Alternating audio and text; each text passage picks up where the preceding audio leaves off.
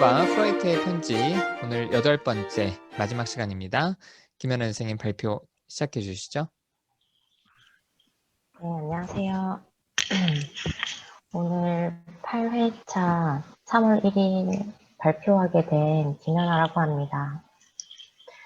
우선 제가 하는 체계 부분의 페이지는 351페이지에서 404쪽까지입니다.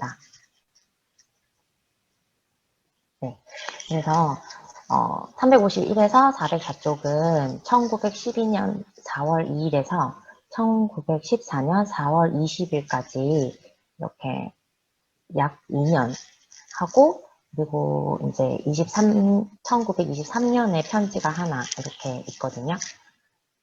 그래서 이 내용들 중에 사건들이랑 어떤 일이 있었는지, 그리고 프로이트와 융이 어떻게 또 주고받았는지, 그리고 정신분석 이론이나 토론 주제나 이런 걸 찾아서 같이 오늘 얘기해 보도록 하겠습니다. 우선 사건들에서는 제가 이제 앞에 이렇게 1896년에서 1910년은 이제 앞부분인데, 그런 이유가 처음에 프로이트가 이 억압된 성욕에 대해서 성적 에너지, 리비도를 이제 얘기를 하기 시작하고, 정신분석학회가 이제 한 14년 만에 이렇게 만들어지게 된 과정이에요. 그래서 보시면은 융을 만나서 이 정신분석학을 좀 이제 지지하게 되면서 정식으로 이렇게 정신분석학회로 정식 발족된 것은 정식으로 이렇게 발족된 것은 지금 한 14년 만에 이렇게 만들어졌어요. 그리고 1912년, 이제 2년 뒤인 그 중간 사이에는 다른 선생님들이 발표를 해주셨고, 오늘은 1912년 4월부터 이제 1914년 4월 20일까지 주고받은 편지 내용에서 사건들을 정리해 볼 건데요. 우선 주로 중요하게 된 사건들을 찝어보면 1912년 4월 27일 편지에서 이건 이제 융의 편지인데, 이때 융이 금친상간 주제에 대해서 얘기를 꺼내기 시작하면서 성욕, 리비도에 대한 의견은 아직 점점 성욕에 대한 이야기, 금친상간의 주제를 얘기를 하면서 성욕에 대한 의견이 좀 대립되는 것들이 점점 시작돼요. 그래서 의견들이 점점 붉어지고 리비도가 너랑 나랑 생각하는 게 다르구나 하면서 융과 프로이트가 이제 그런 얘기를 좀 불편한 얘기를 하면서 이제 1922년 7월 18일에 융이 이제 크로이츠링엔 제스처라고 사건의 이름을 붙였는데, 크로이츠링엔에서 융의 근처에 위치해 있었다고 해요. 그런데 그때 이제 크로이츠링엔을 방문할 동안 나를 만나주지 않은 것에 대해서 그 리비도 의견이 이 이론 전개에 대해 불쾌하니까 나를 만나지 않은 것 아니냐 해서 그렇게 짐작하면서 굉장히 상처받았다, 이제 그런 얘기를 했어요. 근데 프로이트가 거기에 대해서 그게 왜 나는 너가 서운하다고 하는 게 오히려 이제 불쾌해지려고 한다 하면서 거기에 대한 서운한 마음들을 이제 계속 좀 주고받고 이해 못하는 게 또 조금 이어지면서, 그래서 이 크로이츠링엔 제스처 사건을 이제 지나고 프로이트도 출간 문제나 이런 것들이 좀 생겨요. 그래서 출간 크로이츠링엔 얘기를 하면서 뭔가 이제 출간 문제가 생기긴 하는데, 그러고 1912년 9월에 융의 미국 강의를 하게 되거든요. 그래서 뉴욕 브롱크스의 포트햄 대학교에서 강의를 했는데, 그때 이제 프로이트 이론에서 좀 크게 이탈한 내용으로 강연을 했대요. 그래서 그거를 프로이트가 또 찝으면서 그렇게 수정한 거에 대해서 좀 찝으면서 서운함도 조금 표시했는데, 그리고 1912년 11월 24일에 미넨에서 총회를 열었거든요. 그러면서 이제 프로이트랑 융이랑 같이 산책을 하면서 이제 크리치링 앤 제스처에 대한 사건은 우리가 이제 화해를 하자 해서 화해를 했다고는 하고, 그리고 프로이트가 졸도를 했다고 하는데, 프로이트 졸도 사건은 이제 사실 그 스위스 사람들한테 어떤 거를 이제 얘기했는데, 출간한 이름을 그 프로이트 이름을 뺐대요, 출간해서. 그래서 마치 이제 좀 조별과제에서 자기 이름 빼듯이 좀 그런 사건들이 있어서 이제 그때 그 얘기를 막 하면서 프로이트가 졸도를 했대요. 그리고 1914년 4월 20일에 융이 이제 점점 아직도 그 편지 내용에서 보면은 그 갈등이 아직 이제 다 화해가 됐다고 하지만, 이 사건은 화해가 됐지만 아직도 뭔가 서로 계속 불만을 얘기하다가 나중엔 융이 지부학회 회장위원회에서 사임의 뜻을 밝히면서 결국 이제 나오게 된 거죠. 그리고 사임의 뜻을 밝혔고, 나중에 이제 프로이트도 여기에 대해서 더 붙잡지 않고 이제 1914년 4월 30일에 프로이트가 베를린, 부다페스트, 런던, 뮌헨, 빈, 취리히 학회 지부의 회장한테 이제 또 지부 학회 회장까지 보내서 편지를 보내서 이제 회장 회의는 열리지 않을 거고 우리가 이제 임시회장 선출하자 이렇게 제안하는 편지도 보냈고요. 그러면서 1914년 7월에는 취리히 지부는 융과 연결된 취리히 지부죠. 그래서 국제정신분석협회에서 탈퇴하게 되고 그렇게 결별하게 됐습니다. 네, 사건들은 이렇게 추려볼 수 있고요. 네, 그리고 이제 굿과 배드를 주고받은 내용들을 보면 융은 1912년 5월 8일에 보통 입법자로서의 아버지의 역할에 의해 설명되는 근친상간 금지에서 아버지와 딸의 관계를 배제시킨 것은 비교적 늦은 가부장제 시기에, 그러니까 문화가 가족의 끈을 형성시킬 만큼 발달한 시기에 비롯되었을 틀림없다는 것입니다. 지금 근친상간에 대한 이제 얘기를 계속 하고 있는 거예요. 가족 안에서 아버지는 아들이 어린 시절에 근친상간의 경향을 보일 경우 법을 마련하지 않고도 채찍질로 아들을 다스릴 수 있을 만큼 강했다. 그런 한편 아이가 보다 성숙해지면서 아버지에게 진짜 위협이 될 때는 아이를 억제하기 위해서 법이 필요했으며, 이런 상황에서 아들은 축 처진 배에다가 정력이 불고져 나온 어머니에게 진정한 근친상간의 욕망을 더 이상 품지 않게 되었죠. 근친상간 금지가 단순히 무가치한 것으로 치르는 속죄의식이라고 생각됩니다. 그리고 프로이트가 자네의 근친상간 개념이 여전히 나에게 명확하게 다가오지 않는다고 말해도 자네에겐 전혀 놀라운 일이 아닐 것으로 믿네. 또 근친상간, 이번에는 저의 뜻이 조금 더 명확하게 표현되었으면 하는 마음을 간절합니다. 프로이트는 나는 자네 편지에 담긴 경고를 중요하게 받아들이고 있어. 자네 편지는 내가 공상을 현실로 착각한 첫 번째 대실수를 상기시켜주기도 한다네.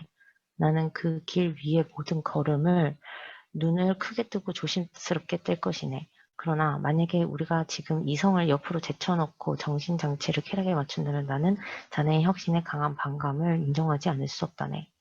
반감의 이유는 두 가지라네. 첫째, 이렇게 하면서 근친상간에 대한 의견이 너랑 나랑 다르고 그게 불편하다는 얘기를 하고 있어요. 그리고 또 6월 8일에 근친상간 문제에 저의 해석을 견지하지 않을 수 없으며 아들러와 비교한 부분은 다소 쓴약입니다. 아들러랑 비교해서 스플님이 왔어요. 네.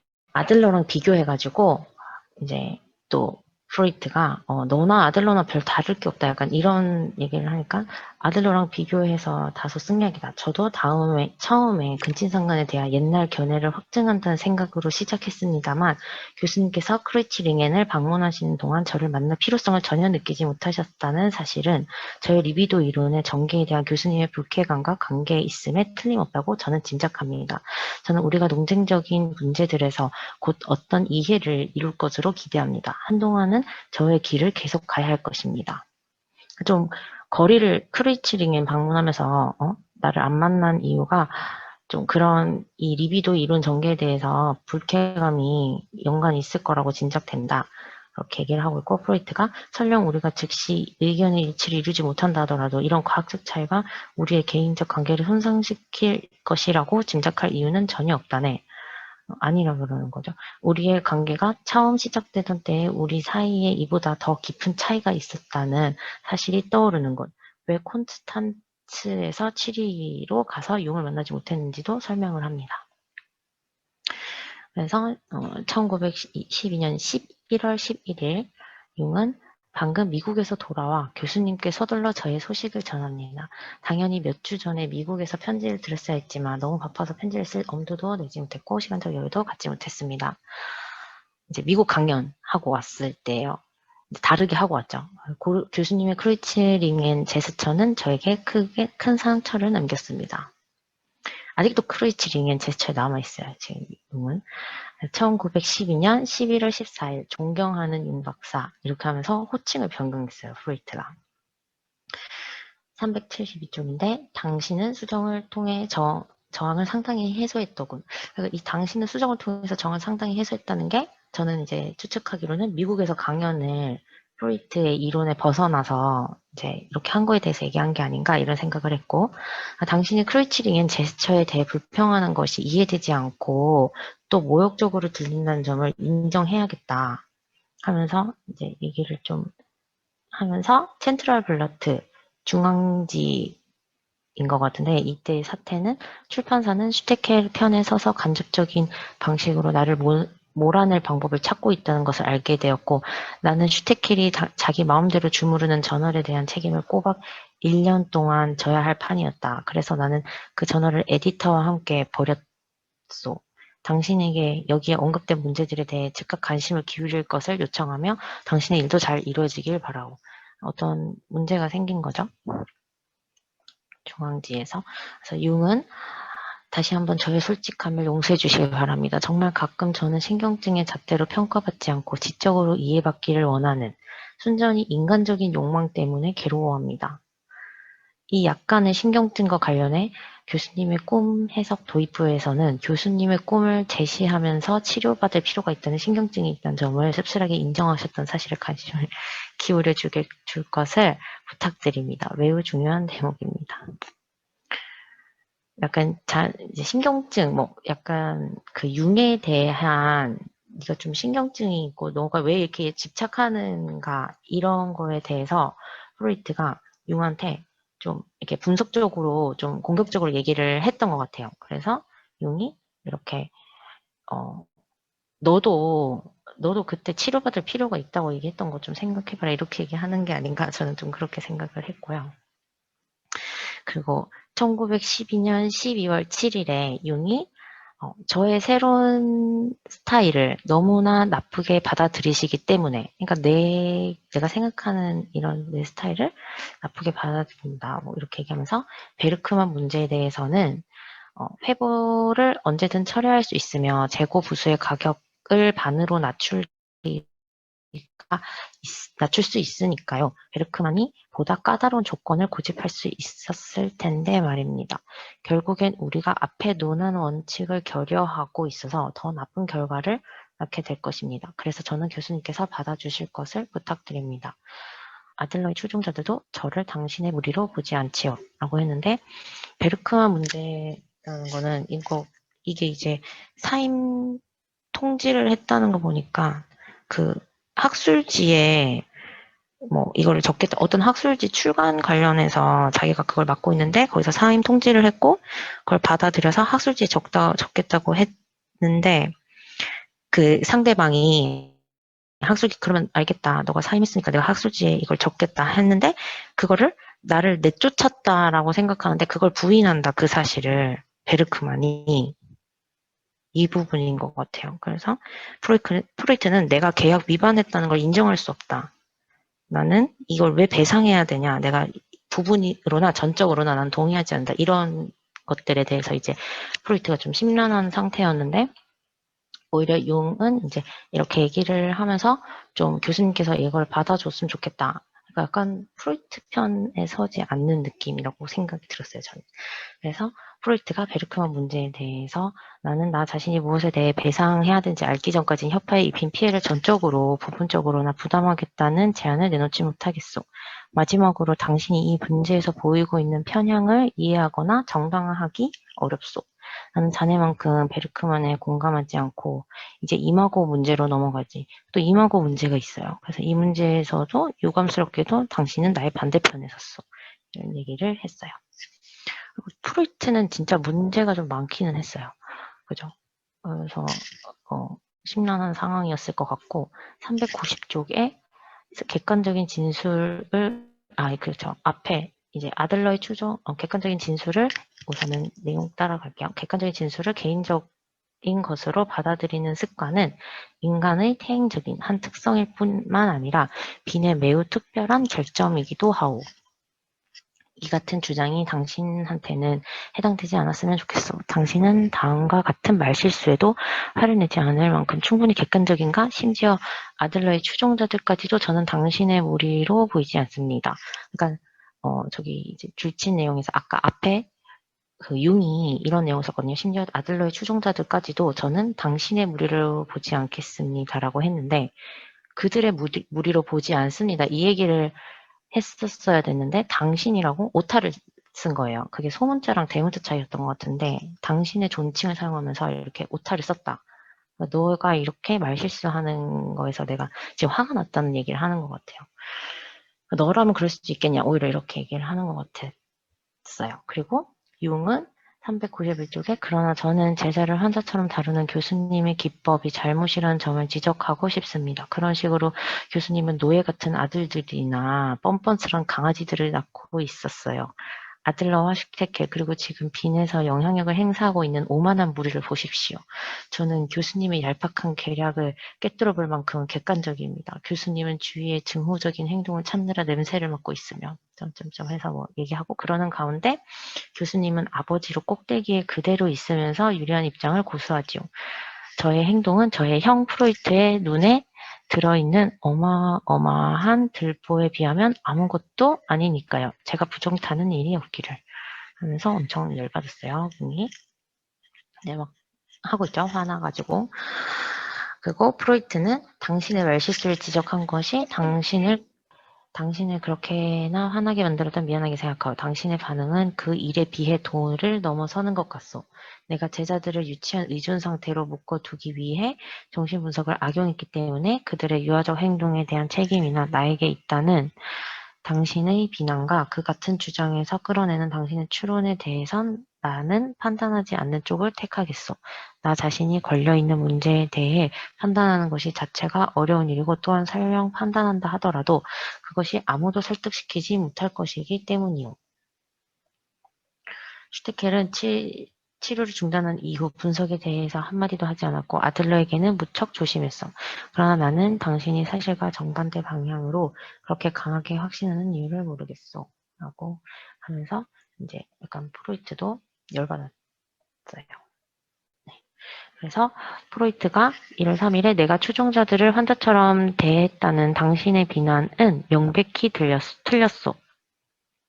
슈테켈과 아들러의 비행에 대한 책임을 나에게 지우고 있지만 나는 슈테켈에게 10몇 년 전에 끝난 뒤로는 그의 분석에 대해 한마디도 하지 않았고 아들러에겐 분석을 시도한 적이 없어. 유명한 크루이치레인 제스처를 들고 나올 때처럼 문제를 자신에게 편할 대로 받아들였어.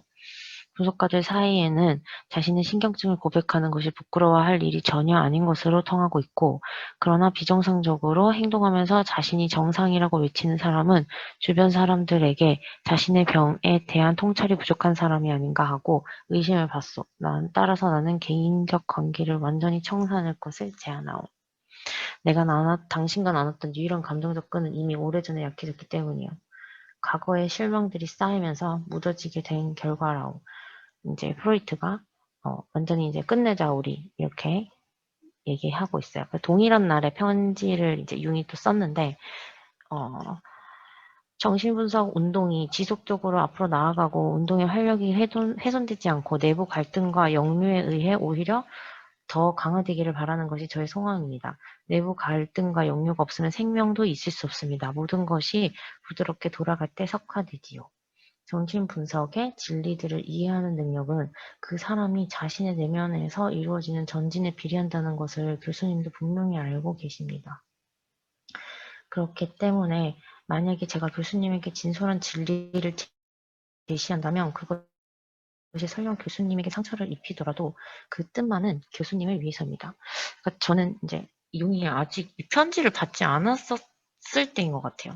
그래서 이건 제 추측인데, 그런데 융은 어쨌든 뭔가 우리가 아직 이렇게 내부의 갈등이 역류가 없으면 생명도 있을 수 없다 하면서 이제 우리가 이렇게 갈등하는 것도 어쩔 수 없는 부분이다라고 생각을 하고 얘기를 한 것 같은데 나중에 이제 그 편지를 받고 난 이후인지 융이 조금 더 단호하게 저는 우리의 개인적 관계를 포기하자는 교수님의 바람에 동의합니다. 이렇게 얘기를 해요. 그래서 지금은 이 순간이 교수님에게 어떤 의미를 지니는지 그것에 대한 판단은 교수님 본인이 가장 잘 하실 수 있을 것입니다. 저는 지금까지 누군가에게 우정을 강요해 본 적이 없으니까요. 나머지는 찜입니다. 이렇게 얘기했습니다. 그리고 프로이트가 이 편지가 마지막이라고 했던 것 같아요. 존경하는 회장, 존경하는 박사. 새로운 잡지의 첫 호가 지금 내 앞에 놓여 있어. 에디터들과 디렉터도 변화와 개선과 관련한 당신의 제안에 감사를 표할 것이요.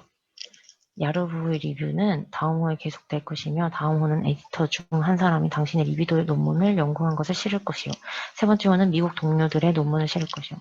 이렇게 하면서 그냥 일에 대한 얘기하고 슈테케가 출판업자 사이에 1년 반 전에 디렉터와 에디터 갈등을 일으킨 경우에 나를 밀어낸다는 비밀 계약이 이뤄졌다는 것이 지금에야 드러났어. 배신이 아닐 수 없어. 나는 우리가 공통 과제의 바탕에 대해 만족스러운 이해를 이룰 것으로 기대하고 당신의 가계학과 베르크만에 대한 보상에 나도 동참하는 것에 대해 어떻게 생각하는지 당신의 결정을 기다리겠어. 좀 포기한 것 같아요. 베르크만 대한 보상에도 동참하는 것. 동참한다 한 것 같으니까. 그리고 편지가 없었어요.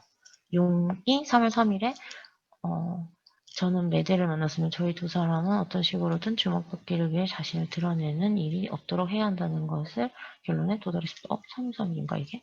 어쨌든 저희들은 다른 사람의 더 나은 주장을 기꺼이 받아들이고 있습니다. 하고 7월 29일에 꿈은 소망 성취라는 이론을 부정하는 게 아니라 추가 해석이 가능하여 더 많은 해석이 가능하다. 뭐 이런 내용들을 썼는데 또 이제 답장이 없었다고는 했어요. 그리고 이제 9년 후죠.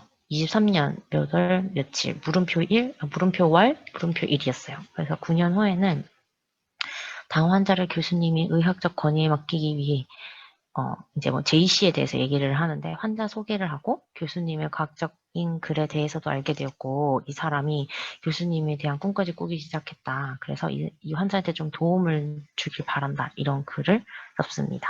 마지막에는 이제 제가 그냥 찾다가 구했는데 프로이트랑 스테니 홀, 칼 융 같이 사진 찍은 뒷줄에는 칼 아브라함, 어니스트 존스, 산도르 페렌치 간간히 책에 나오는 사람들이죠.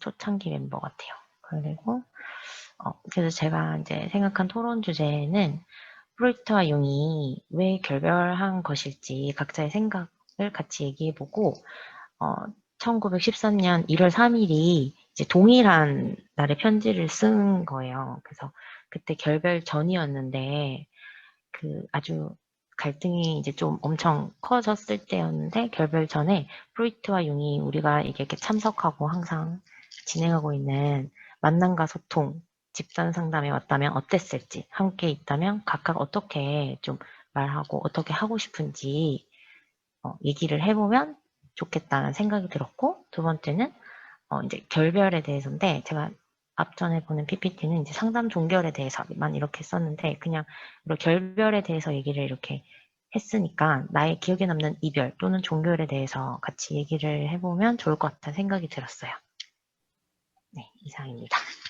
김연아 선생님 올려주신 토론 주제 얘기하기 전에 전체적으로 책 읽으시면서 하실 얘기 있으면 소감 얘기하고 그 다음 토론합시다.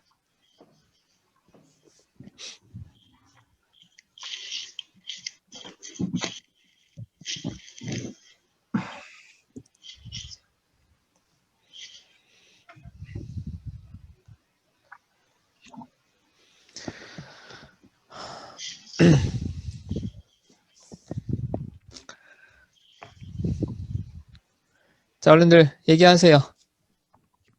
저는 이번 이거 마지막 줄 읽으면서 진짜 소름 돋았다. 소름이 돋았습니다. 특히 어떤 부분이냐면 융박사라고 할 때가 소름 돋았어요. 그래. 네. 갑자기 뭐 이렇게 해보네, 뭐 해보시게 무슨 뭐뭐 하네, 뭐 이렇게 얘기하다가 갑자기 당신 이렇게 말하고 뭐뭐 하소, 우리 뭐 이렇게 약간 계속 바뀌잖아요. 문체가 바뀌면서 엄청나게 그 거리를 두는 게 굉장히 인상적이었어요. 그래서 그 존칭과 이렇게 문체가 바뀌면서 이어가는 그 뒷줄에 하여튼 뒤에 것들을 보다 보면 계속 뭔가 오싹하기도 하고 무섭기도 하고 좀 계속 그렇게 해서 읽었던 것 같아요. 뭐가 무서운 거예요?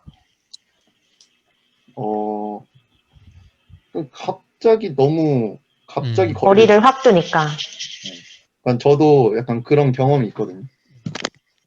아니 제가 사회복무요원 할 때 이제 그 사회복지사랑 싸웠었어요. 그러니까 원래는 친했는데 그때는 저한테는 막 그러니까 제 이름 어둠이라고 하면 어둠아 이거 좀 해줄래? 막 이랬었어. 근데 이게 제가 부조리 하다 보니까 제가 부조리한 거 막 얘기했더니 그래서 크게 싸웠었어요. 그리고 그 다음날에 어둠 사회복무요원님 이거 좀 해주세요 이렇게 얘기하는 거예요. 그래서 제가 그때 느꼈던 감정은 되게 유치하다 약간 이런 마음이었는데 약간 그런 것도 생각이 났었어요. 그리고 거리감이 생기니까 뭔가 말하는 것도 달라지는 것들을 하여튼 보게 됐던 것 같고 모르겠어요. 저는 프로이트가 아무튼 좀 무섭게 다가왔어요. 그래요. 네, 딴 분들도 전체 소감 할 얘기 있으면 합시다.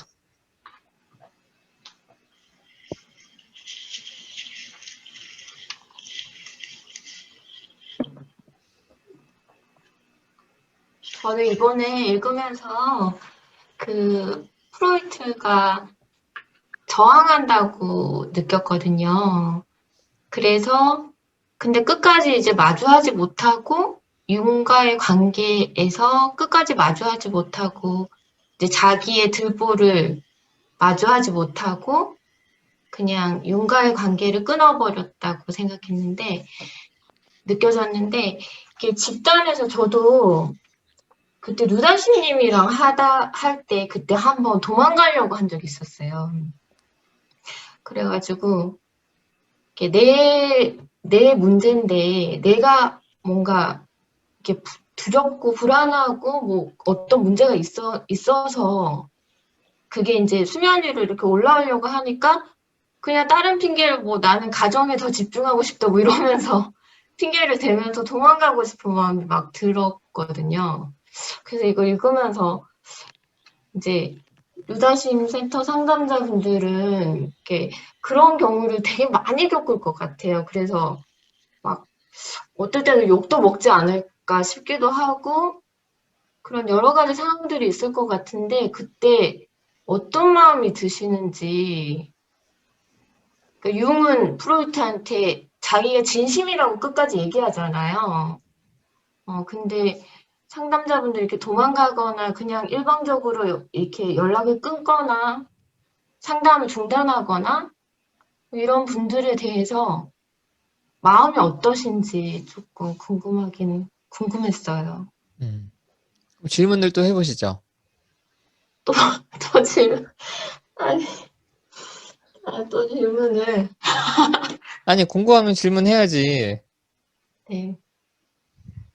그래서, 달님이랑도 제가 개인 상담을 했는데, 한 달 이상 했는데, 이번에도 제가 그만한다고 했거든요. 근데, 하여튼, 달님은 이렇게 뭐, 일방적으로 그만두거나, 나는 계속 하려고 했는데, 그러면 어때요, 마음이?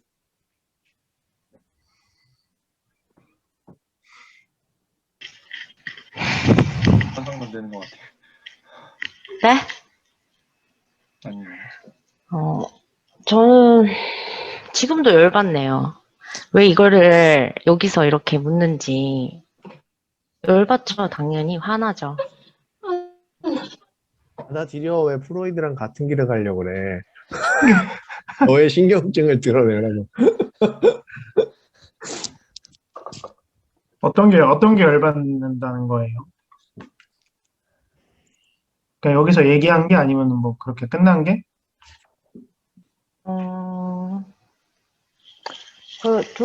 둘 다인데, 뭔가 대화도 제대로 못 해보고 끝난 것도 되게 짜증났고, 그때 아쉬운 마음도 있는데, 뭔가 대화를 제대로 못 해보고 끝내서 아쉬운 마음도 있는데, 그냥 막 본인 하고 싶은 얘기, 진짜 파도님이 얘기를 하셨으니까 저도 얘기를 하면, 파도님이 막 어떤 느낌이냐면, 막 갑자기 이제 신청을 해서 막 본인 얘기 할 얘기 다 하고, 아, 이제 더 이상 저는 듣고 싶지 않아요 하고, 그냥 확 끝내버리니까 굉장히 일방적인 뭔가, 그때는 일방적이다 뭐 이런 생각도 못하고, 그냥 뭐지?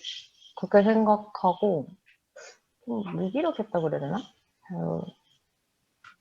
그냥 또 무기력하다가 나중에 이제 지나고 나니까 좀 열받더라고. 화나고. 파더니 열받는데요. 달님은.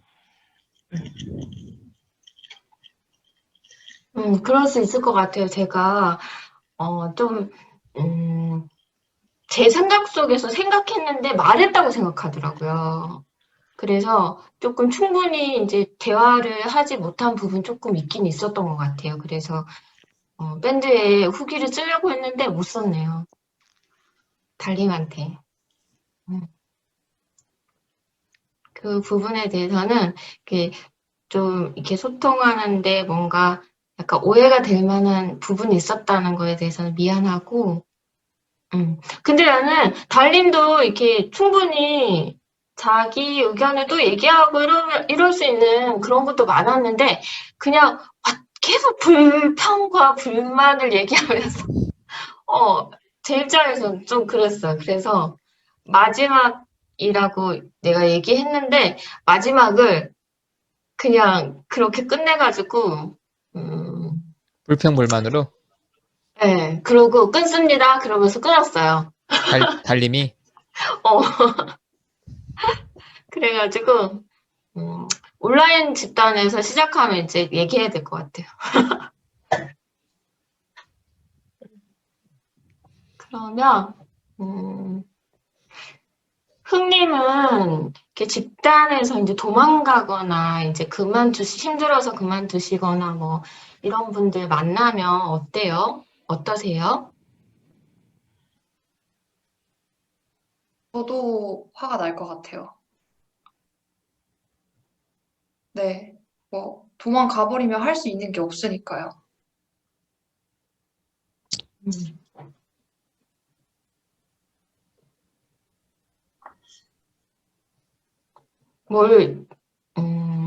그러면 뭘 이렇게 도움이 되고 싶으신 거예요. 화가 나는 이유가. 근데 질문이 일방적으로 그만두면 어떨 것 같냐고 하니까 음, 화가 날 것 같은데요, 저는. 그러니까 그러면 파더님은 네. 왜 화가 네. 나는지 그 포인트가 궁금한 거예요. 왜 그 내담자가 종결했을 때 상담자들이 기분이 상하는지 그 이유가? 마음이 궁금한 것 같아요. 그러니까 화가 나는 그 마음. 그러니까 화가 나고, 그러면 연락을 하기도 하고 그러시나요?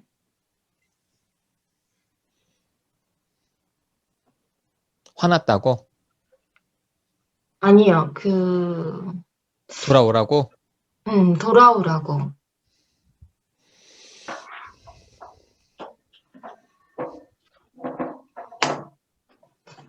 저는 너무 곤란한 얘기면 넘어가서 아니 곤란한 얘기는 아니고 그러니까 질문이 좀 분명하지가 않아서 일단 저는 그렇게 종결한 친구들한테 연락하는 경우들이 있어요. 많지는 않아요. 근데 있어요. 음,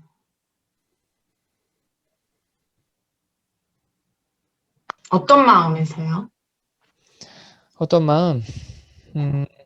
뭐 어쨌든 마무리 때 아무튼 그 마지막 시간에 되게 화를 내고 이제 표현을 그렇게 했는데 그 상대방이 제가 가지고 있는 그런 좀 걱정하는 마음 좀 같이 했으면 좋겠는 마음, 그런 마음보다는 제가 겉으로 드러나는 그런 어떤 표현? 어떤 이런 걸 가지고 좀 제 마음을 그냥 오해한 채로 있지는 않을까?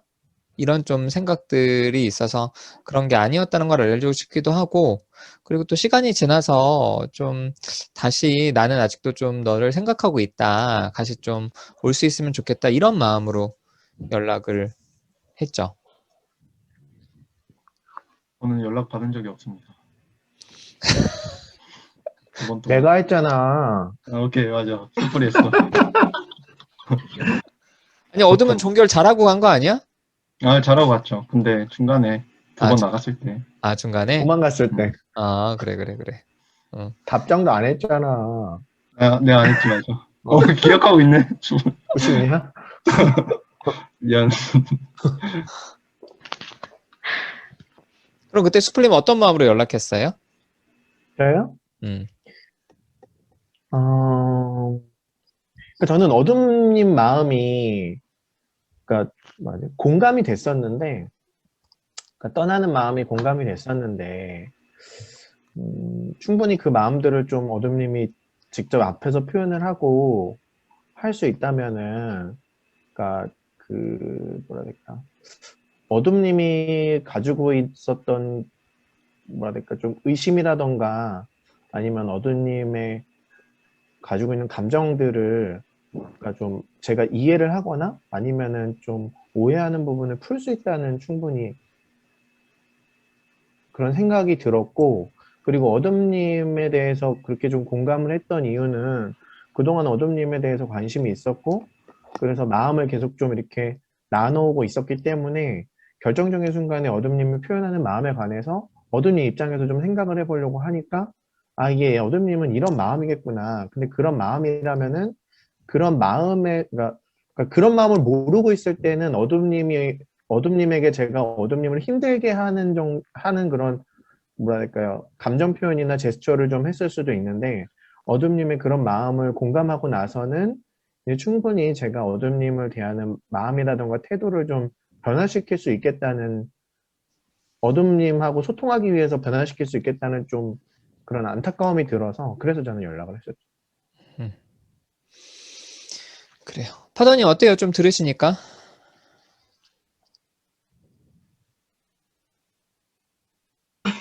뭐라고 아무 생각이 안 나요.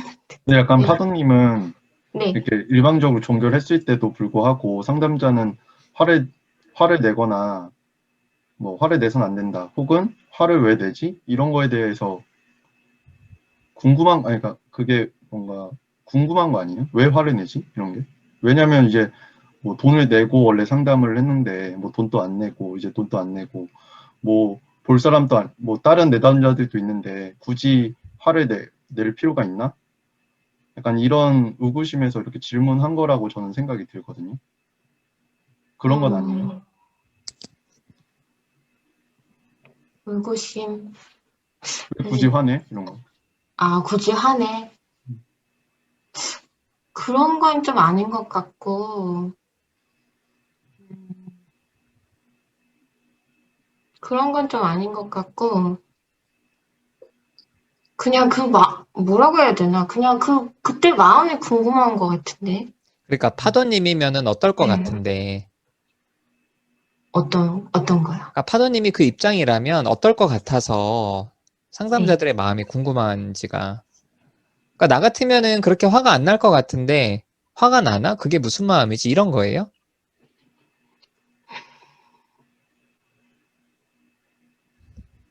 아니, 저도 화날 수도 있을 것 같긴 해요. 그러니까 그럼 뭐 어떤 게 궁금하냐고. 우리 오늘 마지막 시간이니까 잘 끝내자고요. 네. 어.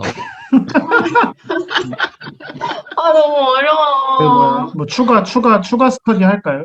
추가 회기? 아, 그러니까 아무튼 파더님 더 궁금한 건 없죠? 네, 괜찮은 어. 것 같아요. 그래, 네. 좋습니다. 자, 우리 토론 주제 넘어갈까요? 아니면 다른 분들 얘기 못 저 하신 분들? 한마디만. 그래. 저는 379페이지에 이제 프로이트가 그 발작 일으킨 다음에 자신이 그 발작을 이제 그 융하고 마지막으로 만났을 때 이제 그 2시간 동안 대화를 했다고 했잖아요. 그래서 대화를 하고 나서 어떤 회의에 가서 이제 자신을 반대하는 사람들에게 어떤 주장을 펼치다가 이제 발작을 일으켰다고 했는데, 그 발작을 일으킨 이유를 이제 내 개인적인 정신적인 문제가 있다라는 거를 밝히면서, 근데 그거를 좀 자기가 탐색해봐야겠다 이런 얘기를 하거든요. 근데 저는 이걸 보면서 어떤 걸 느꼈냐면, 그러니까 뭐라 해야 되지? 아, 이게 이 시대에는 이런 정신적인 어떤 뭐라 해야 될까, 그 상태라던가 표현들이 굉장히 신비한 부분으로 여겨졌구나라는 생각이 굉장히 강하게 들었어요. 그러니까 이전부터 계속 뭐 그런 표현들이 있긴 했지만, 그러니까 굉장히 뭐 심오한 탐색을 해야 나올 수 있고 뭐 이런 부분으로 여겼구나. 그냥 내가 저 새끼가 마음에 안 들어가지고 그냥 내가 흥분을 많이 해가지고 말하다가 숨이 넘어갔다 뭐 이렇게 간단하게 표현하면 되는 건데, 근데 그런 것들을 이제 굉장히 이제 뭐 굉장히 심오한 뭐 특별한 이유가 있겠거니 이렇게 생각을 해가지고, 그러니까 그거를 굉장히 과학적인 방법으로 밝혀야 된다라고 생각을 했고, 그래서 참 서로 힘들었겠다 좀 그런 생각이 들기도 하더라고요. 그래서 근데 이 시대상의 그런 배경이 되게 좀 뭐랄까, 그걸 이 편지나 이런 내용을 이해하는 데 굉장히 중요한 부분일 것 같아요. 그러니까 지금 현대에서 저희가 이제 사용하고 있는 심리학 좀 그러니까 감정을 표현하는 용어들이라던가 아니면은 그런 뭐 우리가 이해하고 있는 맥락들이 굉장히 그 시대와는 다르게 불과 100년이지만 풍부해져 있구나. 그래서 그것들을 굳이 어떤 탐색이나 이런 게 하지 않아도 이미 교육되어져 있어서 그런 표현들을 우리가 충분히 표현할 수 있는 시대에 살고 있구나라는 생각이 좀 불현듯이 들었어요. 그래. 저도 얘기할래요. 저는, 저는 오히려 융이 이렇게 말하는 것들에 되게 역전인지 감정에만 올라왔는데, 융이 말하는 것들이 약간, 뭐라 해야지?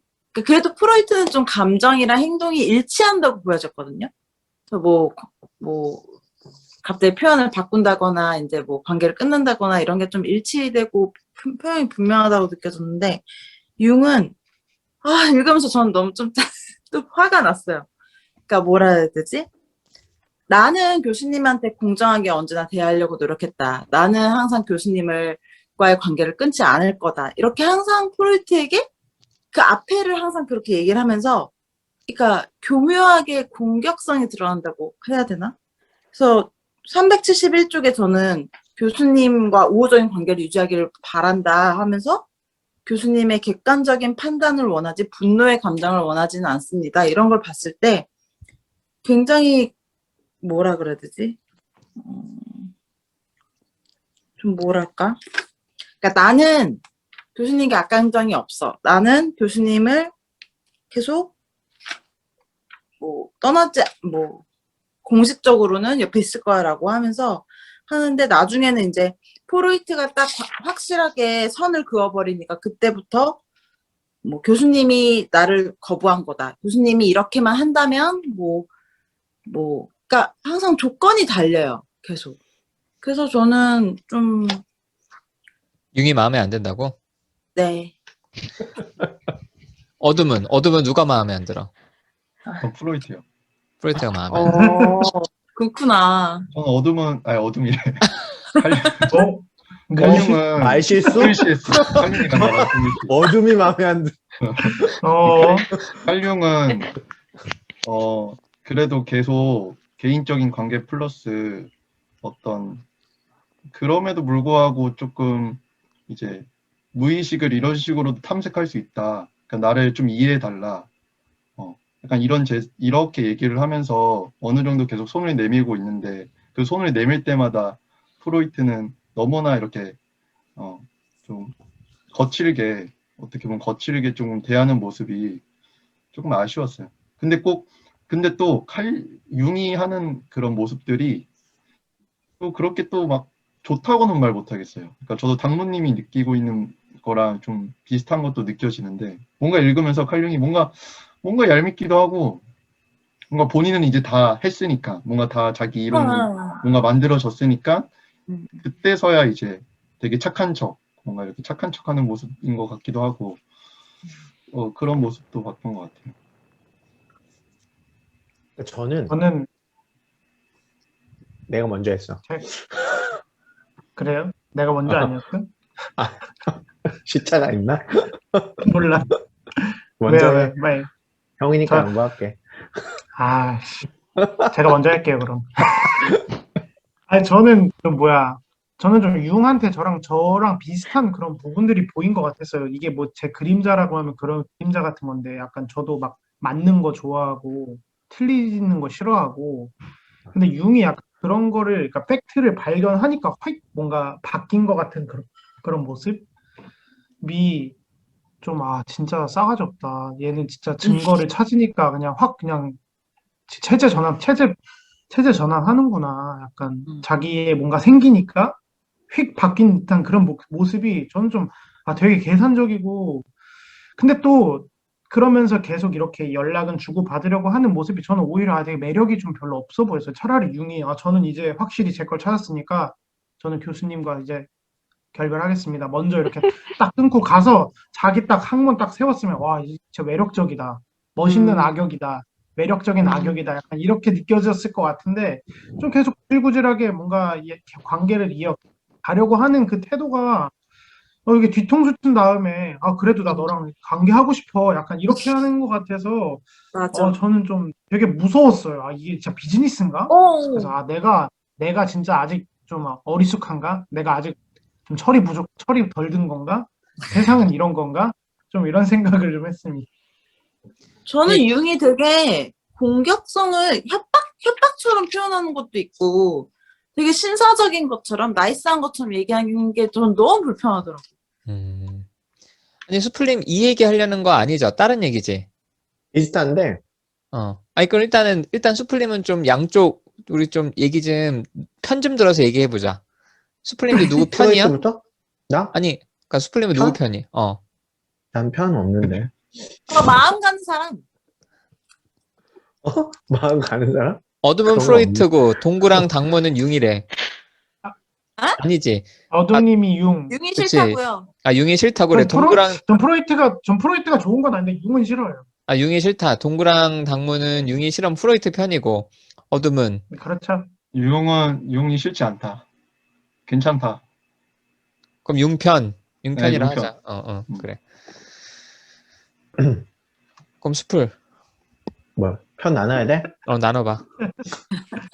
어디가 지금 빈약해? 융이 약간 융 하나 빈약한 것 같았어. 머릿속으로. 융이 빈약해? 어.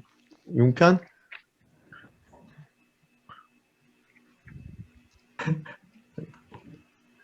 내가 융편에 한번 서볼게. 최선을 다해볼게. 그리고 지금 읽는 거 아니에요? 아니야, 다 읽었어.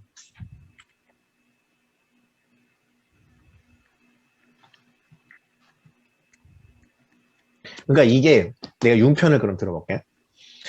동구님이 얘기한 걸 반대 입장에서 좀 표현을 해보자면, 그러니까 융의 그런 말을 진심이라고 우리가 한번 받아들여보자. 그러니까 이런 거잖아. 내가 프로이트보다는 나은 이론을 개발한 것 같대. 근데 그런 걸 개발했던 아들러는 프로이트를 에게 직접적인 반기를 들면서 대등한 관계로 싸우려고 했어. 그것 때문에 프로이트가 힘들어했어. 그건 알겠어. 그렇다면 나는 그 정도까지는 프로이트를 힘들게 하고 싶진 않은 거야. 융의 입장에 생각해 보자면. 그래서 나름의 이제 배려를 계속 프로이트에게 하려고 했던 거지. 근데 하지만 내가 프로이트보다 낫다는 거는 솔직히. 자기 스스로 이제 받아들인 거야, 이제. 이미 판단은 내려졌어. 내가 프로이트보다는, 프로이트와는 다른 새로운 걸 발견했다. 그러니까, 대등한 새로운 게 아니라 프로이트를 넘어선 새로운 걸 개발했다고 생각을 한 것 같아, 융은. 그건 이미 자기가, 이제, 형님, 그거는 좀 인정하시죠? 이게 한 거야. 그것만 인정하시면, 제가 아들러처럼은 안 하겠습니다, 형님. 이런 거거든. 형님을 계속 형님으로는 모실게요. 근데 이게, 어찌 보면 좀, 무서울 수도 있는데 융 입장에서는 프로이트가 지금까지 그런 것 때문에 너무 힘들어했다는 걸 알고 있잖아. 그러니까 나름의 배려를 계속 하려고 했던 것 같아. 근데 사실은 그게 더 무섭다는 걸 얘는 몰랐던 거지. 그러니까 그놈의 배려가 아닌 거라니까? 차라리 대놓고 싸가지 없게. 그러니까 우리 융의 입장을 한번 생각해보자. 근데 그렇게 얘기하니까 좀 다르게 느껴지긴 하네.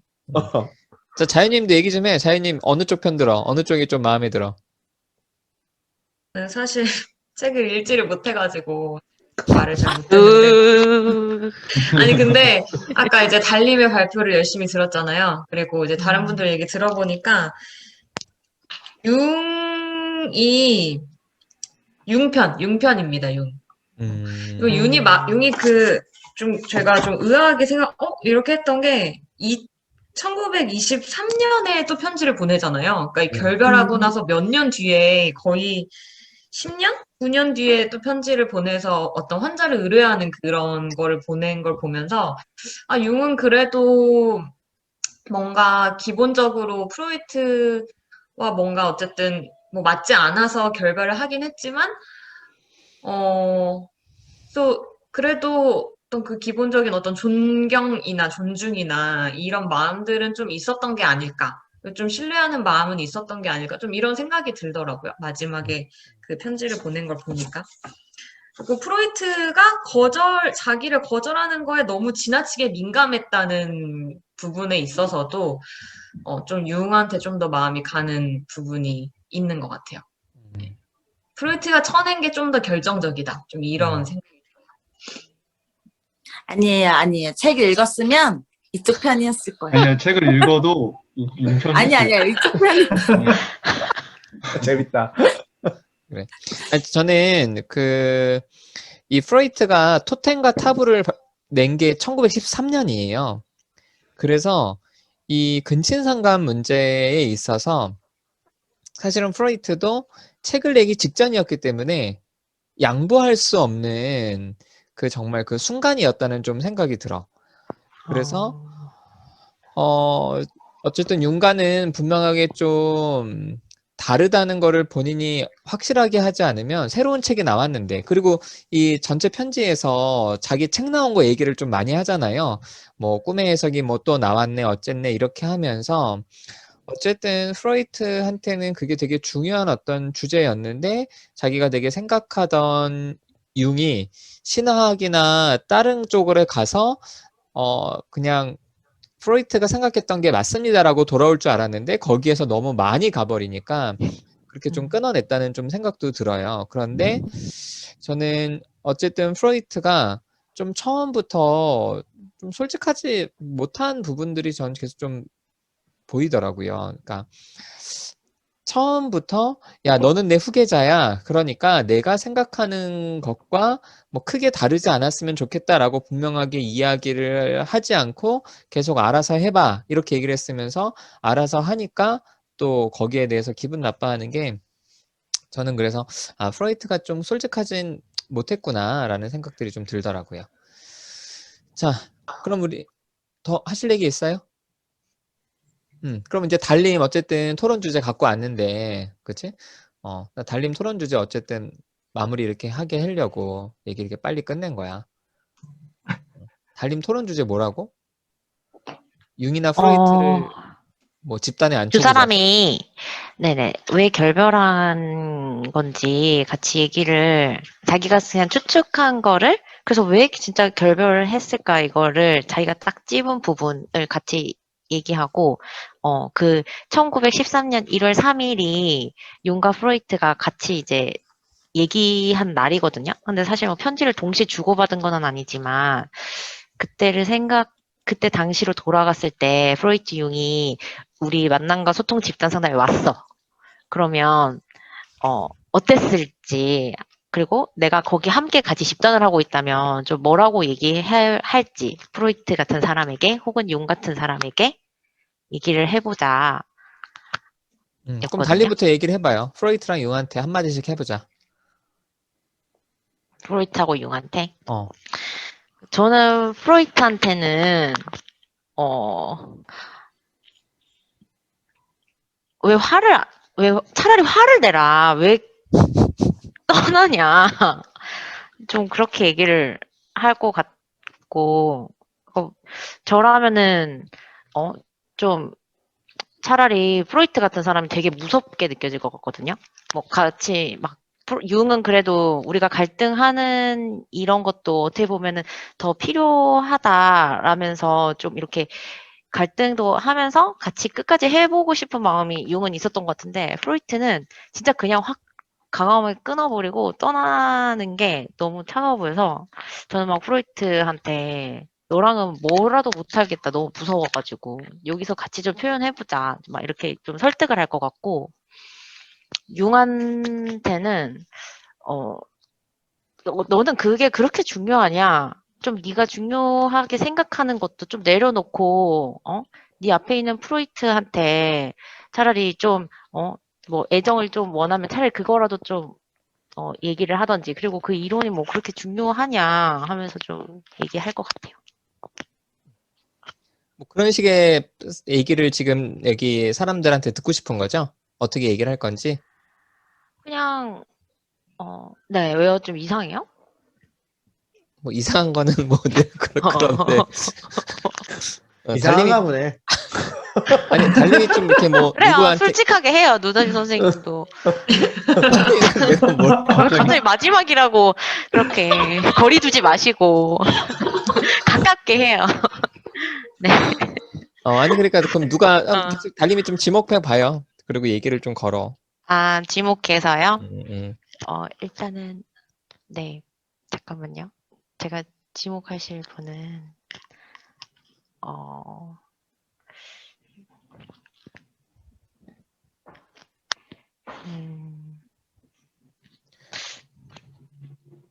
야 시간 없어 빨리 해. 이게 오래 생각할 일 문제야? 잠깐만요. 누가 들어오셨네요. 잠깐만요. 네. 제가 생각하는 분은 수풀님? 나? 네. 그러니까 저는 이게 언뜻 보기엔 결별 선언을 프로이트가 먼저 했잖아요.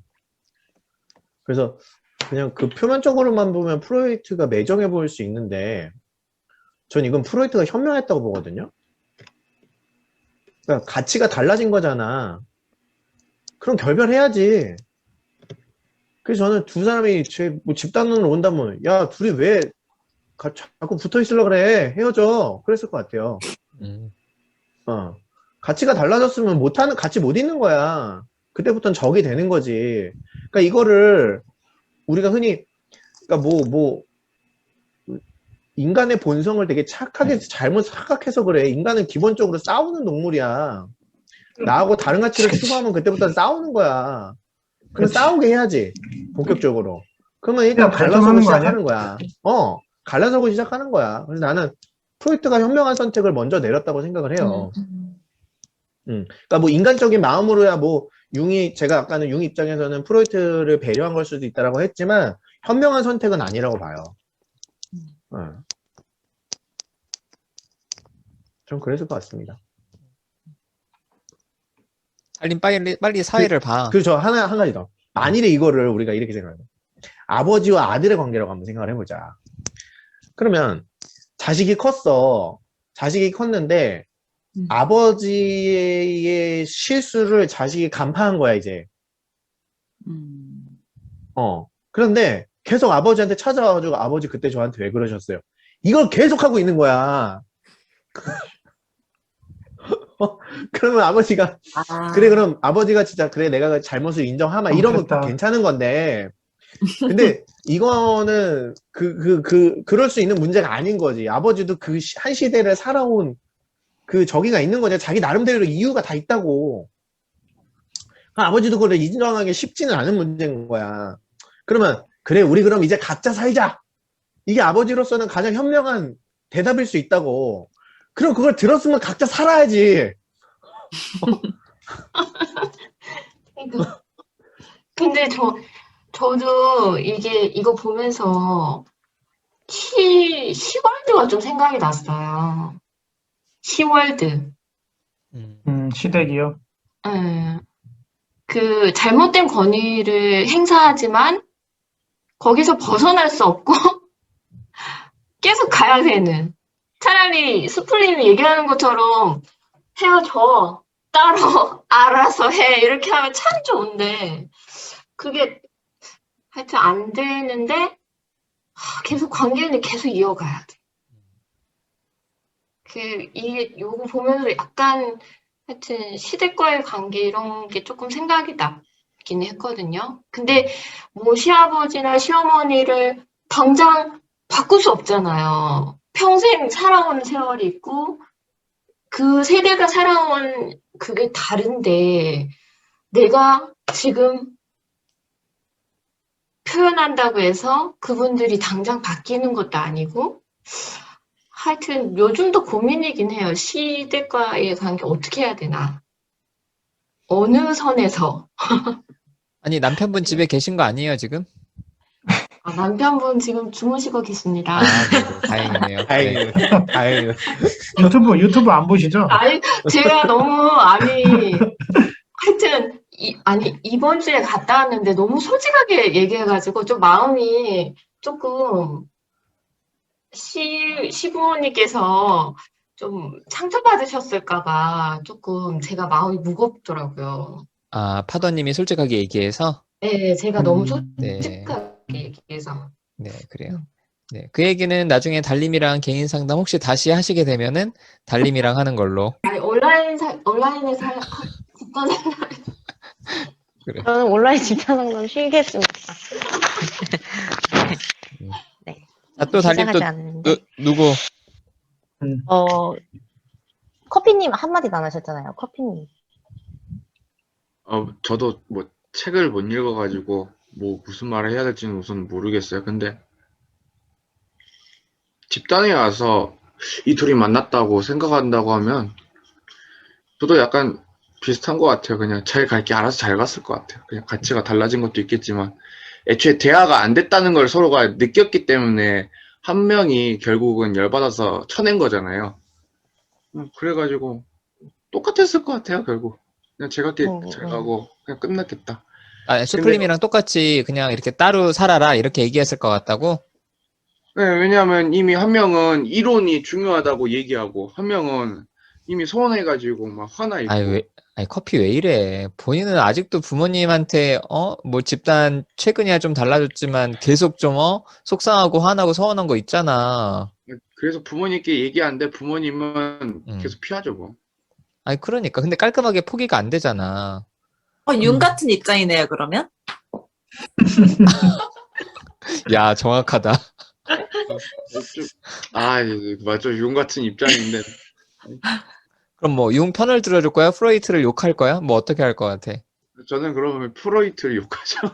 프로이트한테 진짜. 삶의 일관성이 있네. 그래. 욕해봐. 프로이트 딱 앞에 있다 하고. 뭐라고 할래? 욕해야 되지? 그러니까 뭐라고 얘기를 해보라고. 뭐, 쌍욕을 하라는 게 아니라 뭐라고 해보라고. 아니, 진짜 여기는 무슨 말 해야 될지 모르겠어요. 이게 책 내용을 읽어야 우선은 제가 맥락이 파악이 되는데 그냥 감정적으로 대하니까 화내지 말라고만 얘기할 것 같아요. 너 프로이트한테? 네. 왜 화냈냐? 내가 생각해서 배려한 게 이건데, 아니, 융이 이렇게 배려해서 이렇게 한 건데, 왜 넌 그 정도밖에 못 받아들이냐? 좀 약간 참고 한번 생각해 볼 거 아니냐, 내 입장도. 그렇게 얘기할 것 같아요. 융이 입장도. 그래. 잘하네. 네. 저도 약간 이제 수플님이랑 커피님이랑 같은 이제 생각인데, 그러니까 기본적으로 그러니까 둘이 결별한 이유가 저는 무의식에 대해서 이제 입장이 다른 거라고 생각이 들거든요. 그러니까 입장이 다른 거예요. 다르고 서로 다른 근거들이 다 이렇게 있고. 그래서 저는 같이 이제 집단을 하게 되면 저는 뭐 집단에서 그렇게 말을 많이 하는 사람이 아니기 때문에 그냥 집단의 꽃은 집단 끝나고 하는 애프터기 때문에 끝나고 나서 프로이트랑 같이 담배 한 대 피고 칼림이랑 같이 이제 신비주의자에 대해서 얘기를 할 것 같다. 이 정도. 근데 제가 만약 집단에서 둘이 어떤 뭔가 이렇게 얘기를 하고 싶은 것들은 생각은 해봤는데, 저도 좀 프로이트한테 조금 커피님과 같이 그렇게 얘기를 할 것 같아요. 뭐라고? 아, 어, 왜 갑자기 너무 그렇게 하는 거 아니냐. 좀 더, 좀 더 들어보자. 융의 얘기를 들어보고, 또 프로이트 본인의 어떤 그런 왜 싫은 건지에 대해서도 조금 같이 얘기해보고, 이러면서 조금 그러지 않을까?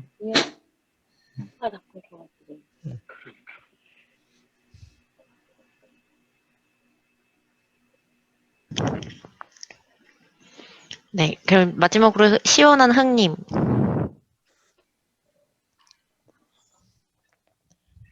저는 전 융편인데요. 전 프로이트한테 네가 그래서 혼자라고 얘기할 것 같아요. 그렇게 이렇게 평생 혼자 살 거면 그렇게 살아라. 프로이트한테? 네. 프로이트는 제자들이 많은데. 아, 근데 진짜 자기 마음을 알아준 사람은 없잖아요. 프로이트는 가족도 잘 챙겼어, 생각보다. 아, 진짜? 그럼 궁금한 게 있는데 융이 마지막까지 왜 9년 뒤에도 편지를 보냈잖아요. 그건 무슨 마음일까요? 물어보면 좋겠네. 흥님이 생각하기에. 흥님이 생각하기에. 융이 프로이트한테 편지를 보낸 이유요? 네, 9년 뒤까지도 왜 결별하고서도 왜 막 연락하잖아요. 엿먹으라는 거지. 아, 그래요? 엿먹은 거. 저는 미련. 저도 미련이라 생각했는데. 미련? 엿먹으라는 거지. 예의상 그런 거 아니에요, 그냥? 그렇지. 왜 예의상 그걸 왜 해요? 너무 사회생활 못하는 거 아니에요, 융이? 9년이나 융이 사회생활을 지났는데? 못해. 아, 저는 프로이트는 결별인데 융은 자기 마음속으로 결별이라고 생각 안 했을 것 같아요. 그러니까 저는 흥님이 딱 잘라서 그럴 거면 혼자 살아라 이렇게 말씀하셔서 네. 얘기를 한 거였어요. 뭐 저는 반박하는 여기 거, 마지막에 잠깐 반박하는 거였다고 당무님? 흥님한테? 반박? 그러니까 그러니까 그럴 거면 혼자 살아라 하면서도 9년 뒤에 연락하면 그러니까 서운해서 하는 표현이라는 거죠? 네, 맞아요. 네.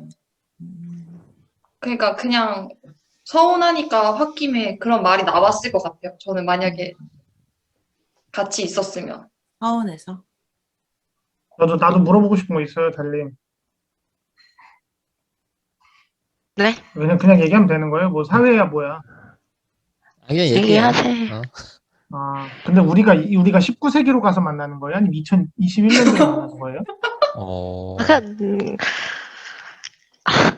나는 만약에 과거로 간다면 뭘 얘기하려고, 이제 그 프로이트 책 같은데 그냥 저기 공동 저자로 좀 넣어달라고 이렇게 좀 친해지고 싶고, 이거는 그냥 웃긴 거고, 저는 그거 물어볼 것 같아요. 왜 그때 같이 여행 갔을 때 왜 구라쳤냐? 솔직히 좀 얘기 좀 해보자. 뭐가 좀 걸렸었냐? 그때 누구 같이 부러졌다는 거예요? 미국 갔을 때 프로이트가 숨겼잖아요. 자기 꿈 얘기할 때 융한테. 그거를 프로이트한테 물어보고 싶고요. 융한테는 네 아내가 프로이트한테 편지 쓴 거 알고 있었냐? 프로이트한테는 왜 너 그거 얘기 안 했냐? 좀 이런 부분 때문에 니네 둘이 멀어진 거 아니냐? 좀 자존심만 세우다가 그렇게 얘기할 것 같아. 궁금해요. 왜 얘기를 안 하고 왜 편지 같은 거 하는 것도 왜 얘기를 안 했을까 서로? 저는 그런 걸 물어보고 싶어요.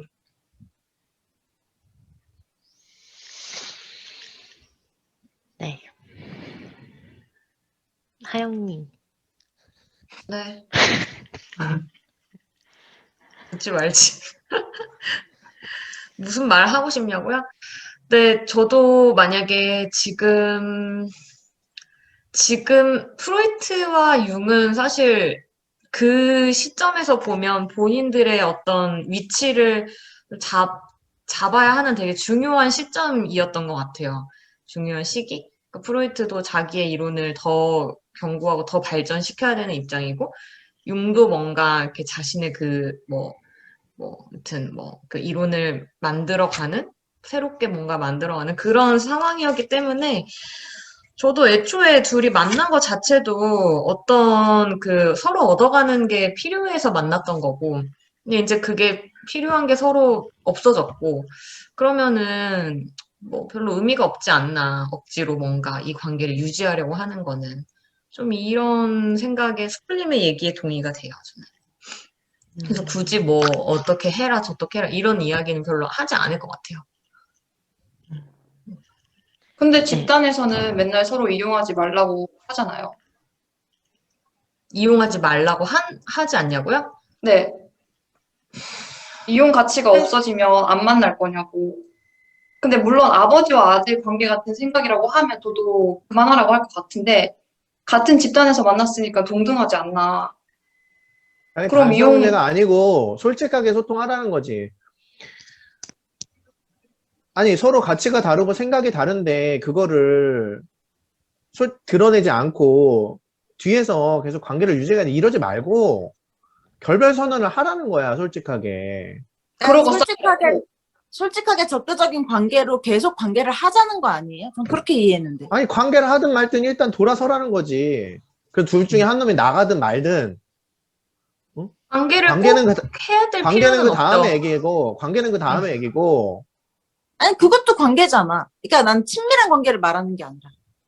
아니, 뭐 둘 중에 하나 나갈 수도 있지.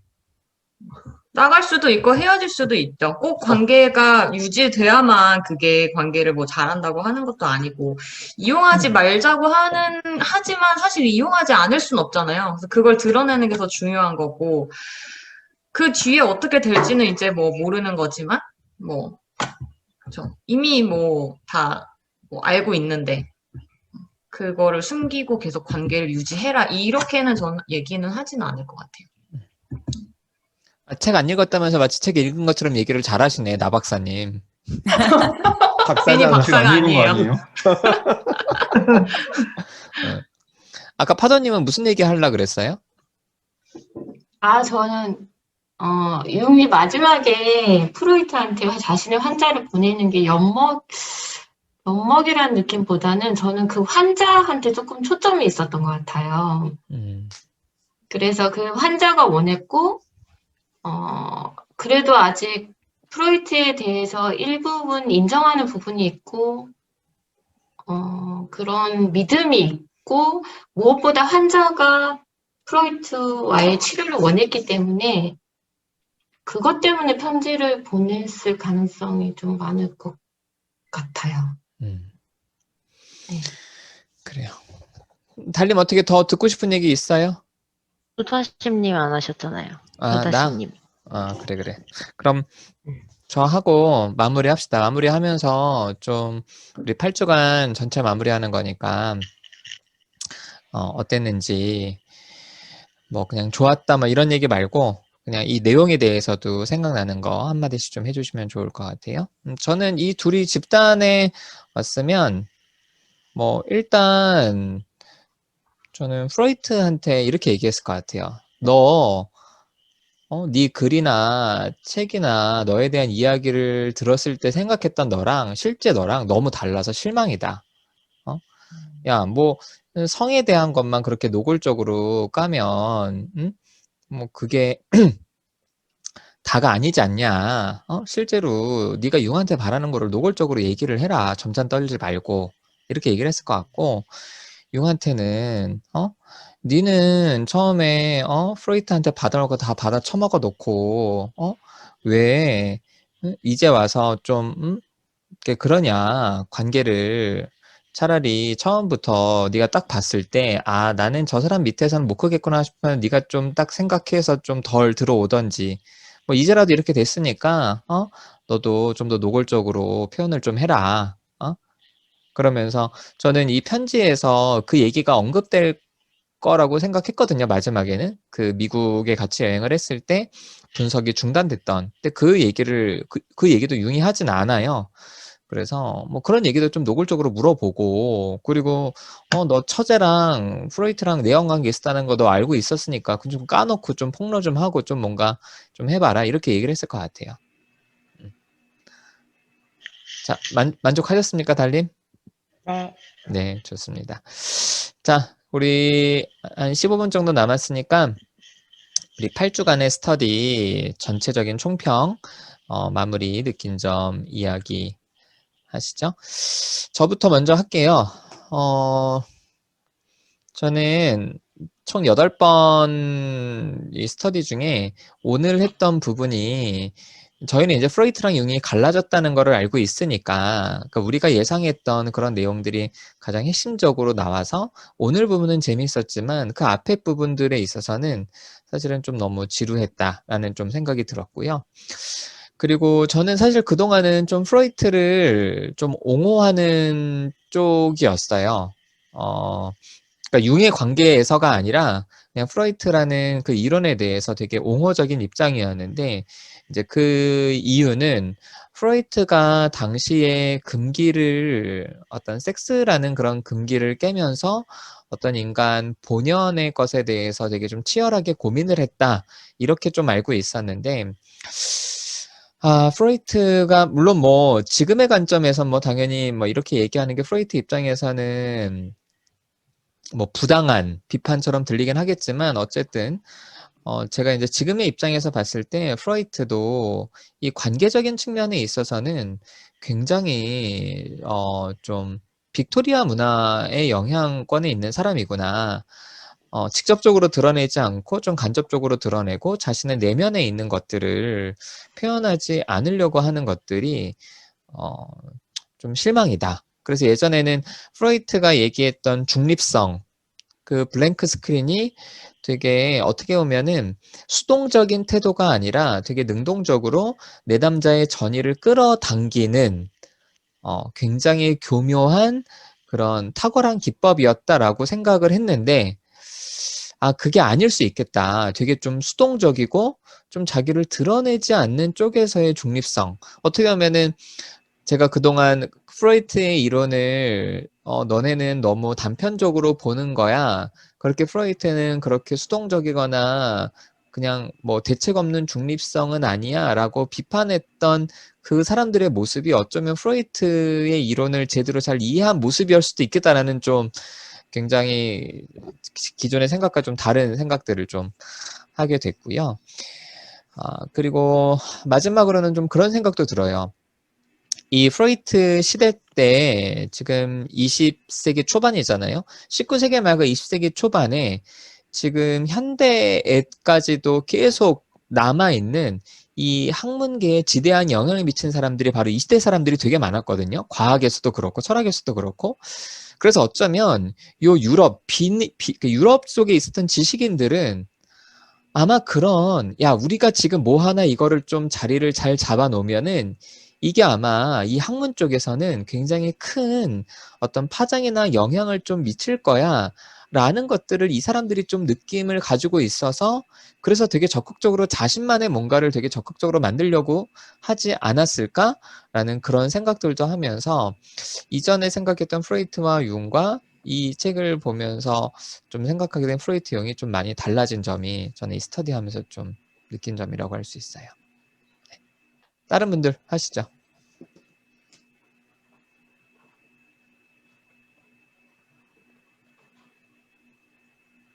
자, 시간 없어 얼른들 하세요. 저는 간단히 하면은 저도 약간 심리학을 공부하면서 그러니까 이론을 통해서 접했었을 때와 그러니까 이 책을 읽었을 때의 좀 그런 어떤 거품이 있다는 게 많이 느껴졌어요. 근데 사실 그전에는 되게 뭔가 둘 다, 그러니까 프로이트든 융이든 아니면 뭐 책에 나와 있는 그런 이론가들이나 심리학자들이든 뭔가 우리가 만들어낸 그런 거품들?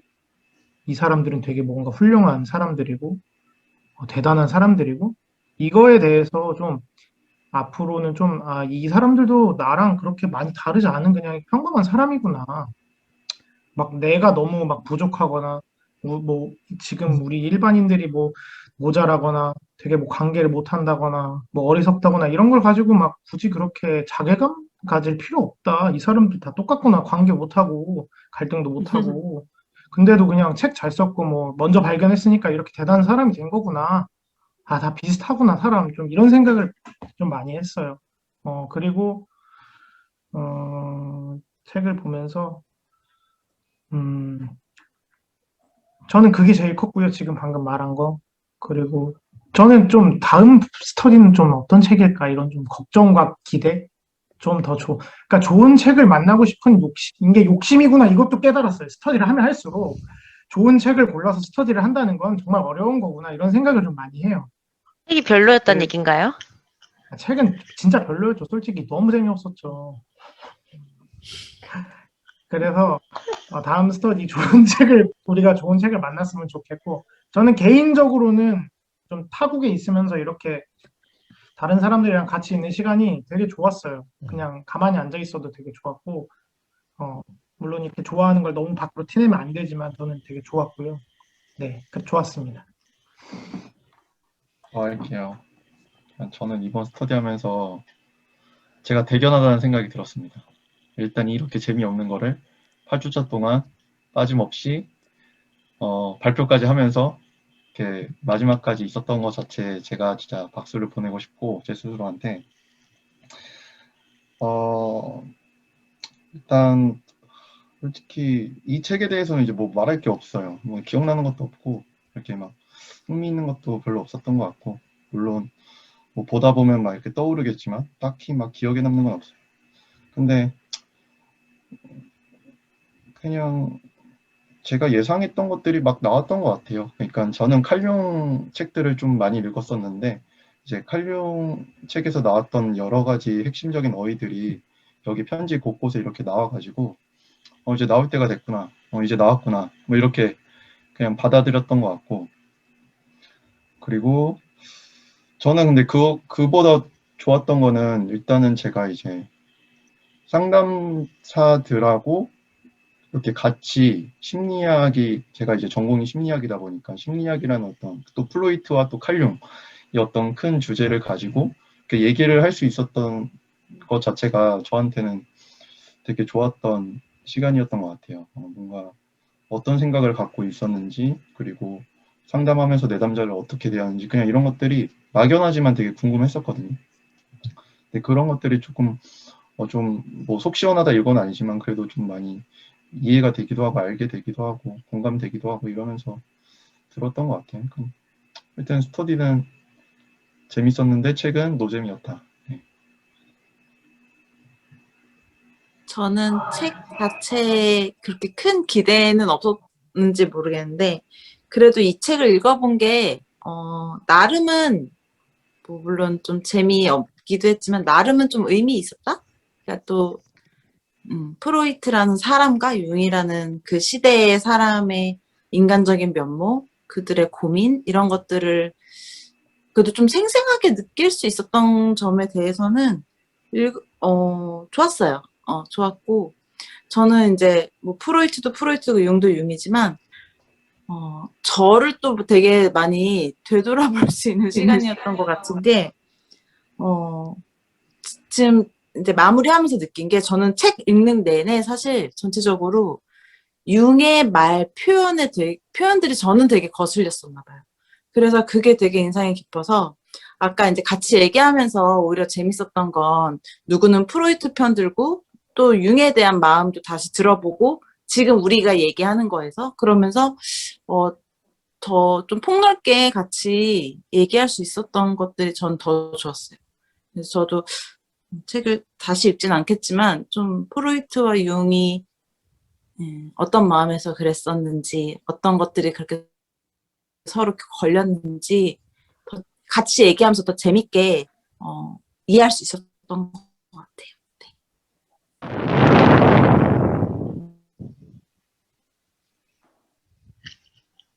자, 다른 분들 저 하세요. 할까요? 저는 책에 대해서 얘기하자면 너무 어려웠던 것 같아요. 책이. 어려웠던 것 같고 이번에 그 융이 그 프로이트한테 자기 자신이 자신의 그런 힘들고 어려운 부분에 대해서 안아주지 않으면서 어떻게 환자들을 사랑으로 이렇게 안아주고 이해할 수 있느냐, 뭐 이런 얘기를 했던 게 좀 많이 다가왔고, 그러니까 내가 삶으로 살아내지 않은 것을 다른 사람한테 그거를 함께 하기는 힘들겠다. 그런 생각이 들고, 융이, 뭐, 수동 공격성이 좀 있더라도, 좀 진심이었다는 생각이 들고, 프로이트는 지금의 집단에 왔으면, 저도 약간 해리 증상 같은 게 아직도 약간 있거든요. 그래서 이번에 스터디 하면서도 머리가 이렇게 하얘지거나, 그 집단할 때는 이제 기억이 없거나, 뭐 중간에 이렇게 갈등 중에 기억이 없거나 이럴 때가 있었거든요, 예전에. 그래서 프로이트가 지금의 집단에 왔다면 어땠을까? 조금 그래도 프로이트가 자신을 이렇게 마주하기 쉽지 않았을까? 뭐 이런 생각도 들긴 했어요. 네. 그리고 이제 책과 관련해서는 이렇고 저는 이게 스터디가 이렇게 힘들 줄 모르고 이렇게 힘들 줄 모르고 이걸 했는데 너무 힘들었는데 먼저는 그래도 하여튼 이렇게 함께 해주신 이렇게 상담자분들이랑 한테 이렇게 불쾌감이나 이렇게 불편한 마음이 들었을 수도 있겠다. 그리고 그 부분에 대해서 조금 죄송한 마음도 들고, 제가 상담을 하면 항상 녹음을 해서 다시 들어보거든요. 이번에 스터디도 이제 들어보려고 들었는데, 도저히 못 듣겠더라고요. 그냥, 내가 이렇게 말을 하고 있는 게, 그래서 막 이불킥 하면서 그냥 도저히 못 듣겠어가지고, 중단했어요. 진짜. 그래가지고, 이 누다심님한테 이거 너무 패기친 거 아닌가? 이거 사람들이 이 스터디 듣다가 짜증나겠다. 이 사람 뭐야? 뭐 이렇게 할 것 같기도 하고 막 그랬는데, 하여튼 누다심님이 그냥 이거를 그냥 솔직하게 이렇게 얘기를 해주셔가지고, 저도 한편으로 마음이 편했고, 그리고 이게 제가 구직 활동하면서 달님이 개인 상담한테 계속 지랄하고 누나신님도 스터디할 때 힘들게 하고 그래가지고 제가 진짜 쓰리콤보로 진짜 죽을 것 같았어요 또. 왜 그랬어? 그래가지고 네? 그래서 진짜 죽을 것 같아가지고 하여튼 이번이 세 번째 죽을 것 같았던 거였는데 근데 세 번째니까 조금 덜하긴 하더라고요. 그래가지고 덜 했는데 이번에 끝나고 나서 약간 통제감이 느껴지는 거예요. 그래서 되게 신기하고 이번에 되게 통제감이 느껴지고 마음이 조금 많이 편해졌어요. 그래서 스터디를 하려고 신청했다가 집단을 해가지고 하여튼 너무 길게 하는 것 같은데 하여튼 되게 저는 너무 기억에 남을 것 같아요. 너무 기억에 남을 것 같고 네, 하여튼 그렇습니다. 네. 다른 분들 하세요. 다음에 네, 제가 저도- 할게요. 다음에 제가 할게요. 네. 저 다음에요? 아니, 먼저 하실래요? 하세요, 커피님 먼저. 뭐, 저는 간단해서 금방 할게요.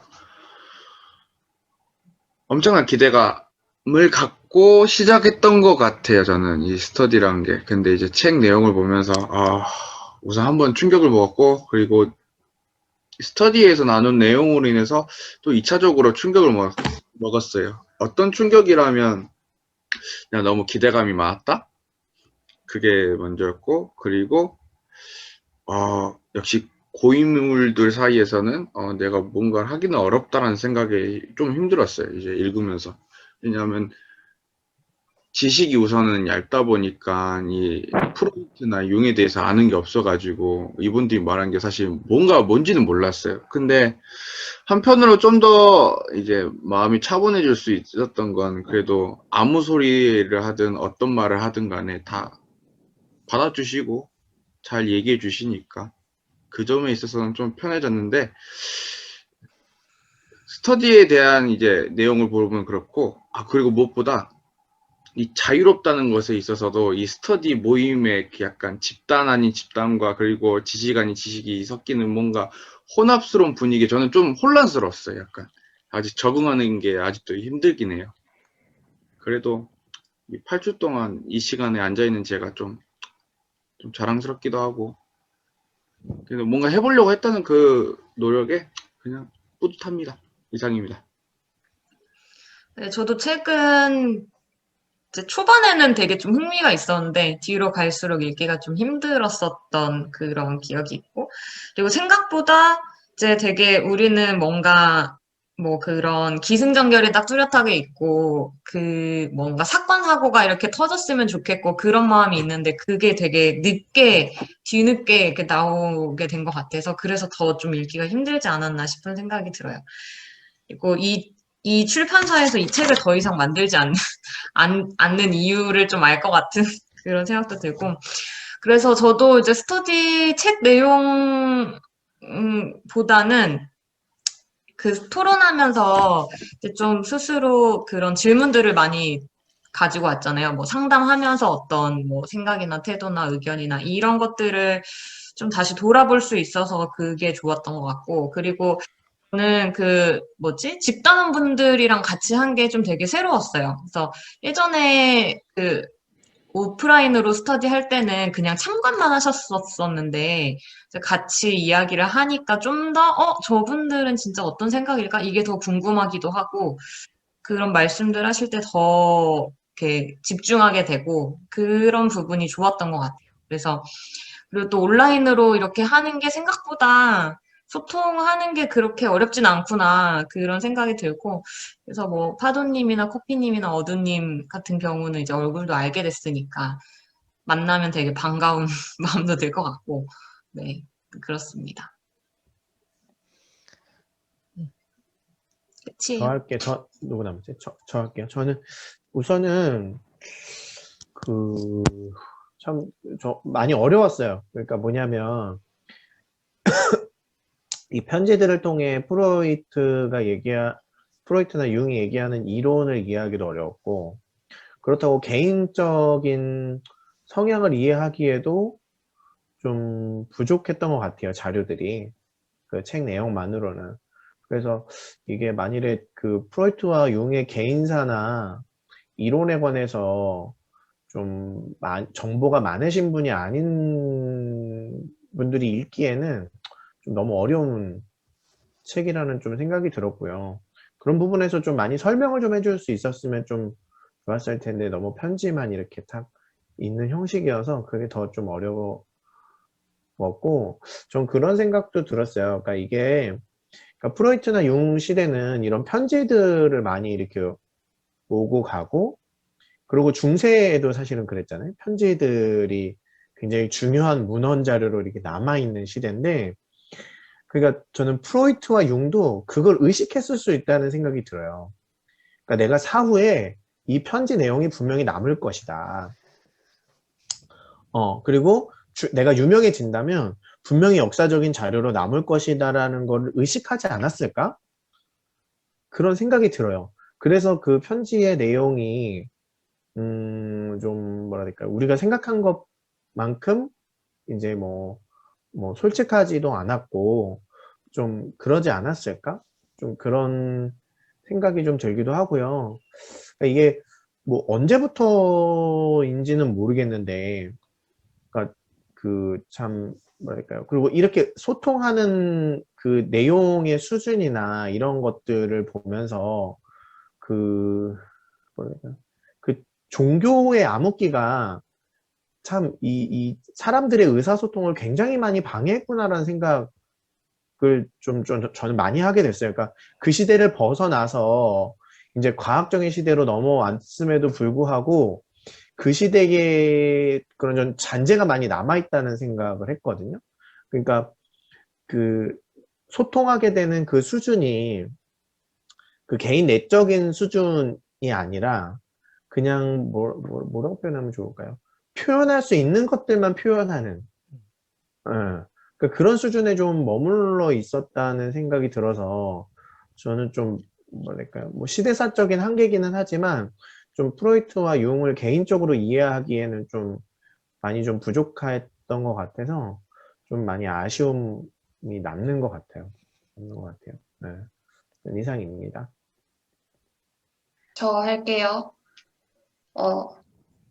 저는 그 학교에서 배우는 아들러, 뭐 융, 프로이트랑은 좀 많이 달랐던 것 같아요. 물론 아는 내용도 있었지만 그래도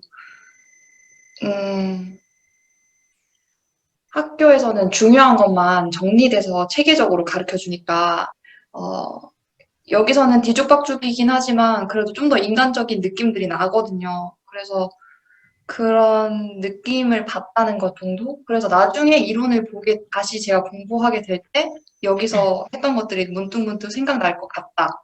요 정도 가져갈 것 같아요. 그리고 저는 프로이트나 그런 이론들을 공부할 때 그 시대상까지는 많이 고려하지 않았던 것 같은데 이 스터디 하면서 뭐 누다심님이나 수풀님이나 그런 걸 막 알려주고 뭐 그때 뭐 마약이 성행했고 뭐 어떤 그때 뭐 계급 뭐 성 이런 것들을 들을 수 있었던 게 전 좀 많이 좋았어요. 그걸 같이 통합적으로 이해하는 게 중요하다는 것도 다시 깨닫게 되고 그리고 개인적으로는 제가 누다심의 최신 멤버로서 이 스터디에 참여하게 된 것도 좋고, 왜 얼굴이 빨개지는지 잘 모르겠네요. 얼굴이 까매 보여. 조명 때문에. 안 보여요. 안 보여. 아, 그래요? 음. 좋았어요. 뭔가 좀 교제할 수 있는 그런 시간들이 없어서 좀 아쉬웠거든요. 나도 좀 끼고 싶은데 낄 만한 곳은 없고, 그런데 좀 낄 만한 곳이 생긴 것 같아서 좋았다. 여기까지 하겠습니다. 코로나 때문이야. 원래 회식 한번 해야 되는데 다 같이. 그래. 달님. 진짜 궁금한 거 하나 있는데 누다시님 음. 책 써보셨잖아요. 음. 여기 그 프로이트랑 칼 융이 지었다고 하면 이거 책 팔리면 뭐 돈이 가요? 아, 이게 저작권법이 기한이 네. 있어요. 그래서 내가 알기로 이게 70년인데 70년인가 이게 넘어가면은 원저자한테 그냥 안 쓸 가도 수 돼. 예. 누구든지 낼 수 있어. 그렇군요. 그래. 달님. 감사합니다.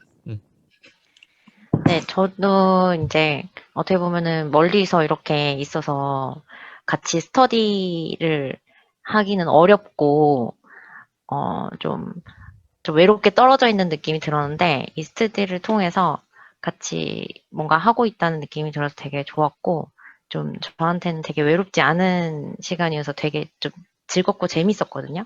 근데 점점 제가 말하기가 좀 어려워지면서 사실 이 시간이 좀 힘든 시간도 되더라고요. 뭔가 발표를 하거나 하면 좀 잘해야 된다는 생각도 들고 말도 막 잘해야 될 것 같은데 막 못하고 있으니까 좀 그런 것도 답답하고 그리고 어떻게 보면 좀 그런 걸 직시하게 된 것 같기도 해요. 아, 내가 뭔 얘기를 해도 어떻게 보면은 알맹이 있는 소리는 못하고 있구나. 이런 것들을 평상시에 몰랐는데 여기 이렇게 스터디를 하면서 필요한 얘기들을 잘 못하고 있다라는 생각이 계속 드니까 제가 더 얘기하는 게 좀, 제 스스로가 좀 창피해지더라고요. 그래서 점점 얘기를 못하긴 했는데, 그래도, 뭐, 이 말 저 말 하면서 제 외로움을 많이 달랬다는 생각도 들고, 그리고 함께 한다는 느낌이 들어서 되게 좋았어요. 그리고, 네. 제가 이제 이 프로이트랑 융이랑에 대해서 글을 그냥 썼거든요. 결별 이유에 대해서 제 나름의.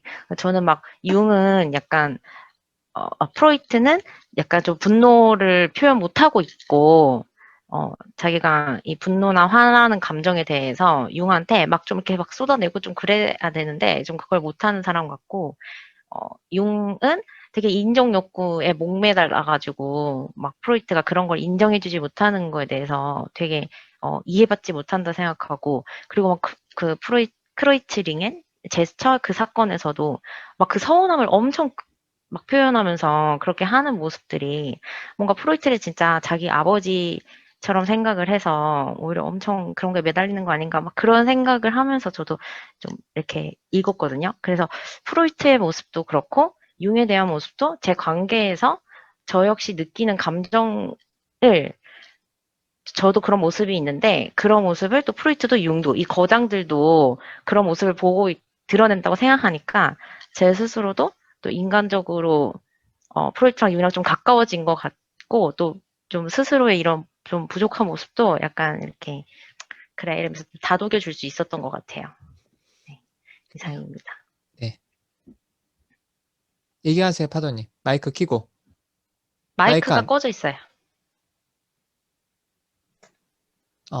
말씀하세요. 저도 아까 커피님하고 어둠님하고 많이 공감하는데, 저도 이제 집단에서 소외에 대한 이슈가 있어요. 그래서 여러 사람이 얘기하면은 멍해지고, 기억도 없어지고.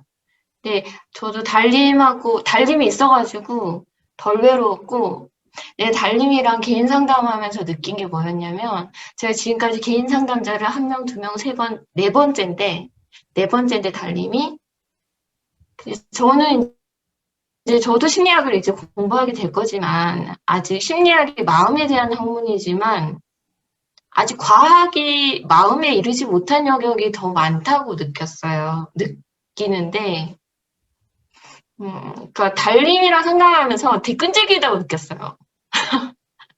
그래가지고, 끈질기다고 느끼고, 되게 다른 사람 같았으면 이렇게까지 상담을 계속 이어갔을까? 그런 마음이 하여튼 들었거든요. 그래서 그 마음을 아까 전하고 싶었는데 못 전했는데, 달림 마무리하는 거 들으니까 생각이 나서 얘기했습니다. 고마워요. 그래요. 지금 홀가버님이 지금 강원도 폭설 온 것 때문에 지금 계속 차에서 들으셨고, 가족들이랑 함께 있어서 직접 표현 못 하신다고 채팅창에 올려주셔서 제가 읽으면은, 스터디를 통해 이론가로 멀었던 프로이트와 융을 가까운 사람으로 알 수 있었던 기회가 되어 좋았습니다. 성실하게는 못했지만 다른 분들의 다양한 이야기를 들을 수 있어서 재미있었다고 이렇게 채팅창에 올려주셨어요. 자, 저희 8주 동안 프로이트와 융의 편지 스터디 이제 오늘로 마치고요. 다음 스터디는 계속 좀 고민 중이에요. 일단 당분간은 저희 이제 상담자 리더 교육이 있어서 최소한 3달 정도는 스터디는 없을 것 같고요. 그 다음에는 스터디를 책으로 할지 아니면 저희 누다심 센터에서 좀 우리가 하는 여러 가지 집단 상호작용이나 이런 것들을 조금 정리를 해보자 이런 얘기가 나오고 있어서 이제 책이 아니라 그런 주제를 가지고 이야기하는 걸로 할지 그거는 이제 저희 한번 이야기를 해서 이제 공지를 할 수 있으면 하고요. 또 그런 과정에서도 어쨌든 지금 내담자분들이나 집단원분들 참여가 필요하다라고 싶으면 그렇게 또 공지해서 올려드리고 아니면 또 다른 책으로 스터디하게 된다면 또 그것도 공지 통해서 올려드리겠습니다. 자, 어쨌든 8주 동안 여러분 함께 해주셔서 감사하고요. 저희 스터디 모두 여기서 마치겠습니다. 수고하셨습니다.